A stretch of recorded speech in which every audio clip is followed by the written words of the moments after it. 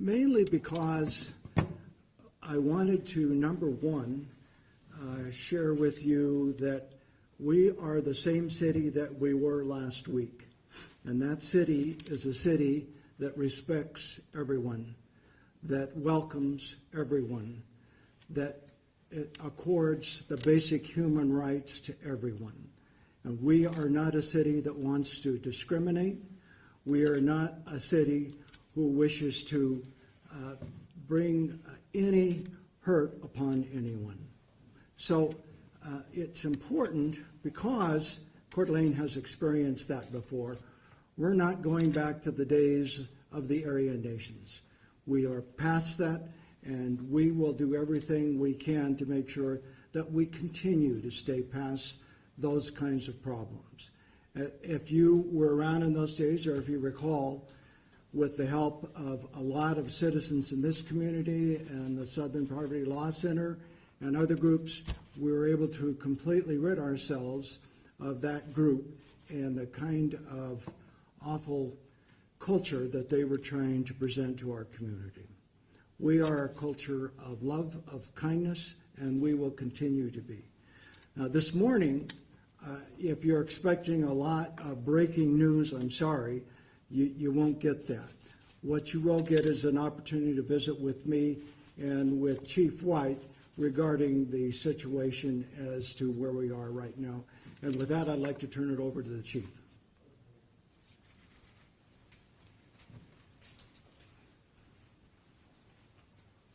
Thank you, Mr. Mayor. I don't have any new information to provide to anybody this morning. We've been receiving a number of comments, though, and questions that maybe I can address before we start getting questions individually. One of the questions I get is what additional information we can release about the events on Saturday. I would tell you that the investigation process is ongoing. We obviously still have a lot of work to do in terms of writing reports and linking individual body camera videos with individuals who were arrested in the property that was associated with those individuals. And so that process is ongoing and likely will not be completed for some time. The other questions I've been getting, really not from from our law enforcement partners, but from the press, is how has the community been handling this? I will tell you that I had one of our captains assigned to listening to all the phone calls this morning, and of the 149 calls that we know of so far that have come in, they're about 50-50 split between individuals in our community who are happy to give us their name and tell us that they're proud of the work that we did and they're happy to be a part of this community, and the other 50% who are completely anonymous and who want nothing more than to scream and yell at us and use some really choice words, offer death threats against myself and other members of the police department merely for doing our jobs. Those people obviously remain anonymous and don't tell us where they're from, although we had a call as far away as Norway.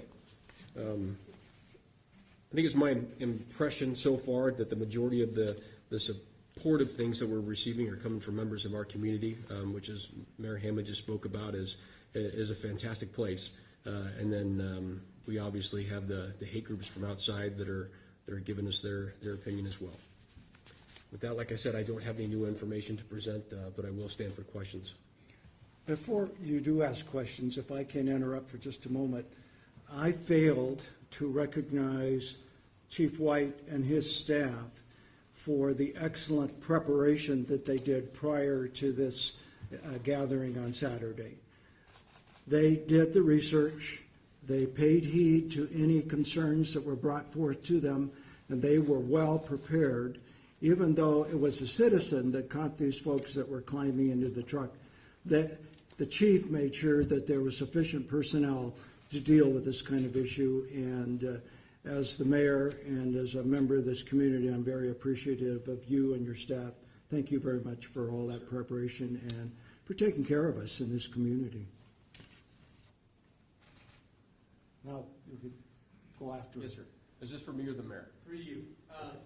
I saw on Twitter somebody reporting that on other social media platforms, on far-right platforms, that people were doxing police officers. Yes. Can you comment on that? We've received threats of it. I'm sure it's ongoing.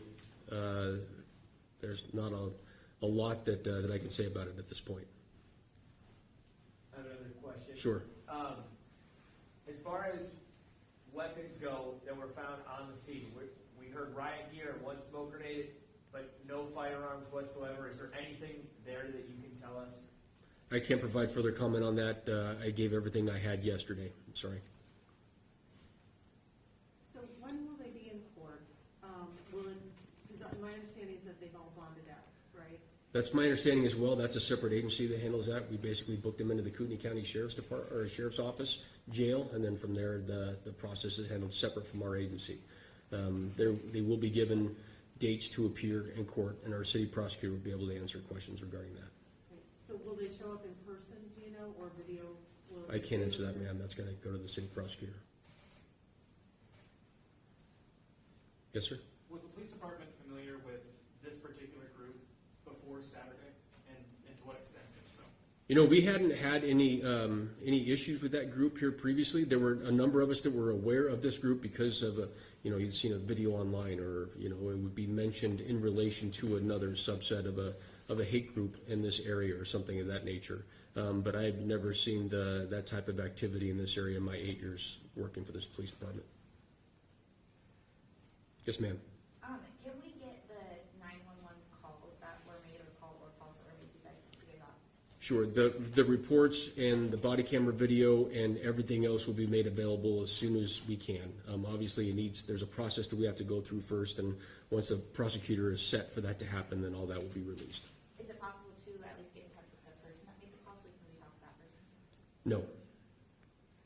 Two things there. Number one, since myself and other members of our agency have been receiving threats, including death threats, I think it's appropriate that we withhold that person's information at this time. So speaking with our legal counsel, that information is, to the extent we can, under Idaho law, redacting that individual's information. Yes, sir. At what point leading up to the event this weekend was any intelligence in the police department that you had regarding the Patriot Front, and at what point did the feds contact you and partner up in that regard? So we didn't have any information about Patriot Front coming prior to the individual caller who called us on Saturday.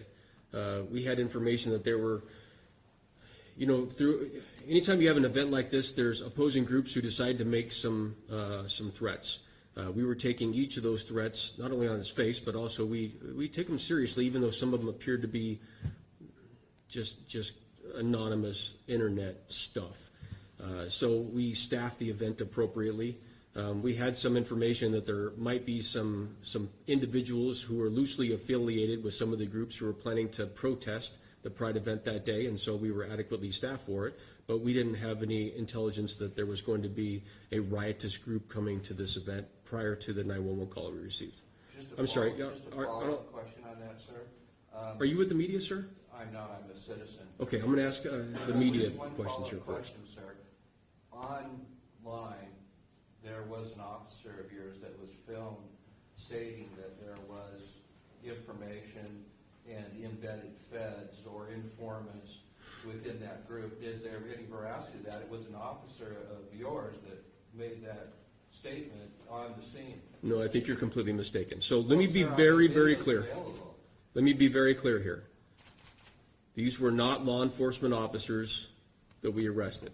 These were members of the hate group Patriot Front. These were not Antifa in disguise, nor were they FBI members in disguise. That wasn't my question, sir. My question was regarding the video that's showing online of one of your officers making the statement, contrary to what you're saying, that you were aware that there was embeds and so on and so forth. I'm not making an assertion one way or the other. I'm just simply suggesting that when you come to a press conference and you're making a statement one way, and this video isn't something that was been ginned up in some conspiracy manner. It's actually someone who videoed an officer of yours on the scene. Okay, so two things. Number one, I have not seen the video and the comments that you're speaking about because I have not heard that comment made in any of the videos that I've watched regarding that incident. I was on scene of the stop the entire time. My body cam video will be available once it's appropriate, once everything's being released. You're not going to hear that comment coming from me or any of my command staff, so I'm not sure where that comment came from. Well, And secondly, hang on, since this is a press conference, I'm going to ask you to be quiet, and I'm going to answer questions from the press at this point. Yes, ma'am. So as a misdemeanor, conspiracy to riot, what are the possible penalties for that? And is your department working on other charges other than conspiracy to riot? The charges should be the penalties should be outlined in Idaho code. I don't know what those are off the top of my head without going back and referring to the code and reading them, but we can certainly give that question to our city prosecutor's office for him to answer for you. And other charges? The investigation, like I said, we still have so much paperwork to go through, and we just got done executing a number of search warrants on the U-Haul and then some other vehicles that were seized, and so that we still have a bunch of work to do. I can't comment further on the investigation process at this point. Yes, ma'am. Do you have any comment on why the bond was so low, $300? There's a bond schedule that's established by the courts. We don't get to choose that, so that would be a question for the courts. Yes, ma'am. Was there any correlation between the group that you guys, found in the van versus some of the people that were out at the event with weapons? I can't speak to that. I don't have any information one way or the other. Yes, ma'am? Just to clarify, did you mention that other vehicles were seized in addition to the U-Haul? There were. Yes, ma'am. Can you tell us how many? No, ma'am. Can you identify which press you're with when you ask your question, please? Yes, sir. Alex Peebles, KHQ, Spokane. Is the FBI involved in the investigation in any way at this point? The FBI, we had an FBI member in our command post that day, just because we think it's important to bring all our agency partners. We had just the one person from the FBI. We had some members from the Coeur d'Alene Fire Department, of course. We had some liaison work that was going back between us and the Parks Department and the Streets Department for issues that might arise. They weren't in the command post all day, but we were certainly in contact with them. We had members from the Kootenai County Sheriff's Department and the Idaho State Police all in the command post. Yes, ma'am. Can you talk about any lessons that came from this arrest? Any lessons that you learned? I would tell you that the biggest lesson I think that we have for not only members of our community, but law enforcement in general and our public as a whole, is that one concerned citizen can prevent something horrible from happening. This one concerned citizen, rather than pulling out their phone and videotaping this for their 15 minutes on YouTube or Snapchatting it or something like that, took the time to call 911 and report some suspicious activity. And as a result, we likely stopped a riot from happening downtown. Yes, ma'am. Karen with NBC Network News. On Saturday, I believe it was, you mentioned operational paperwork, plans, military operation, police operation. The New York Times has detailed that some of those plans saying that a column forming on the outside of the park proceeding inward until barriers to approach are met, and once an appropriate amount of confrontational dynamic has been established, then the column will disengage and head to Sherman. Can you confirm that that was part of the paperwork that you found, and can you explain what Sherman might refer to? Yeah, that's not verbatim, but that is very close to the operational paperwork that I read that day. It also included the use of a smoke grenade once an appropriate level of confrontation was met by that group. Sherman Avenue is the downtown corridor that's immediately adjacent to City Park, and it's basically just north of where we sit. It's largely consisted of small businesses and shops and taverns and things of that nature. And a follow-up if I can. So would the expectation be that the confrontational dynamic would have been with police officers that were there on scene staffing the event, or? I can't speak to that. It didn't delineate which group exactly, whether it's law enforcement or the Pride people that they were planning to confront.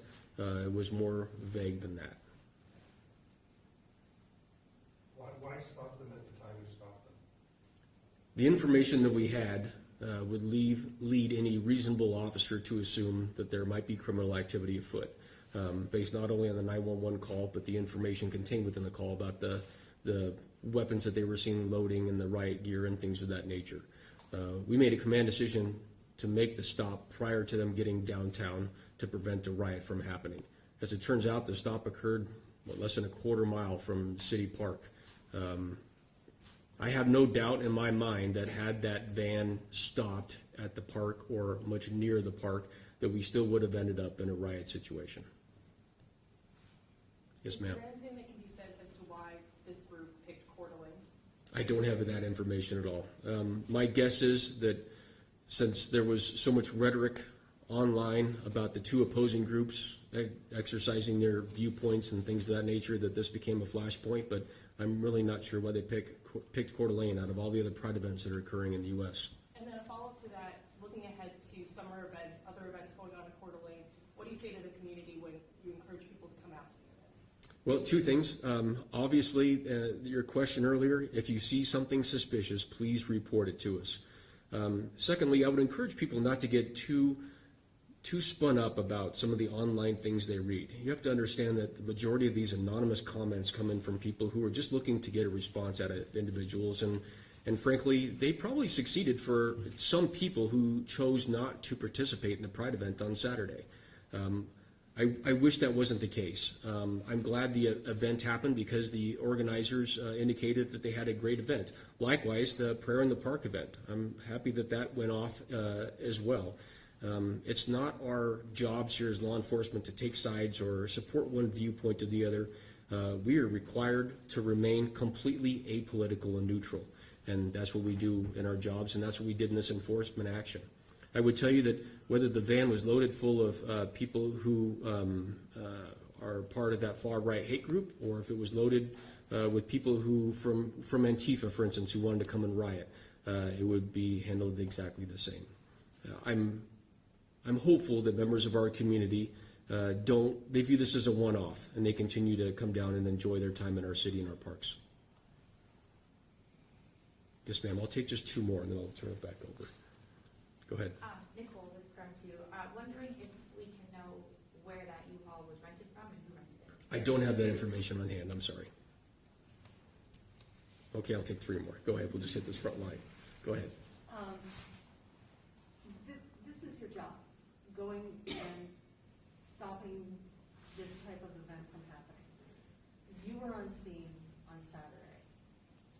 Did you know when you threw open that U-Haul door what you would be facing? And maybe just talk me through a little bit of what was going through your mind at that moment when the door opened and maybe you didn't know what you were going to face. We really didn't. Although the comments that we were receiving from the individual who called in and the description that was given, we knew that we would be facing a crowd of people who were who might pose some difficulty for us. I would tell you that me personally, along with some of the officers that were there on scene that day, I think some of us were a bit surprised by not only the level of preparation that we saw, but the equipment that was carried and worn by those individuals, along with the large amount of equipment that was left in the van when the stop happened.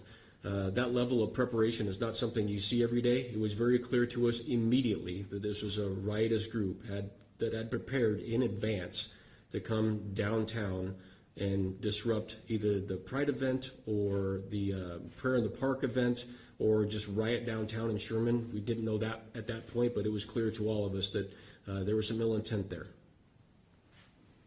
Yes, ma'am. Sir, have any of these men been linked to other far-right groups?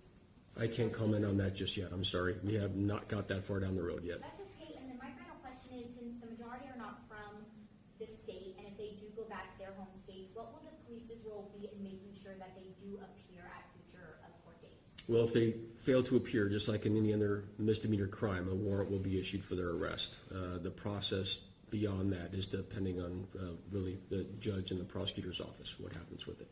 Any comment on if you'll push it to make it a federal case to where federal law enforcement will come make sure that they come back? That's really not my role. I'm just working in cooperation with our city prosecutor at this point. Yes, sir.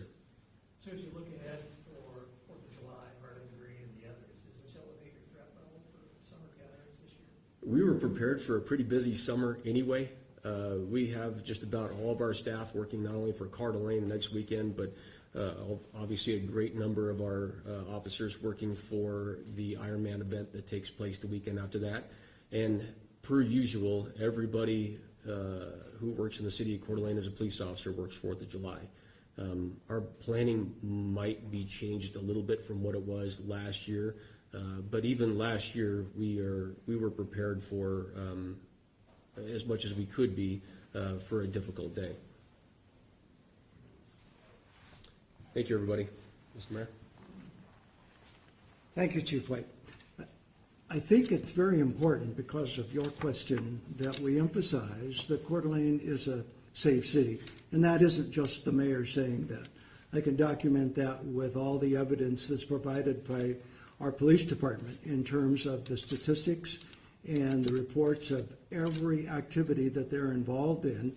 And we are still a very safe city. As a resident of this community, I feel very safe anywhere in this community. And with that, I want to thank you very much for coming and visiting with us today. Thank you.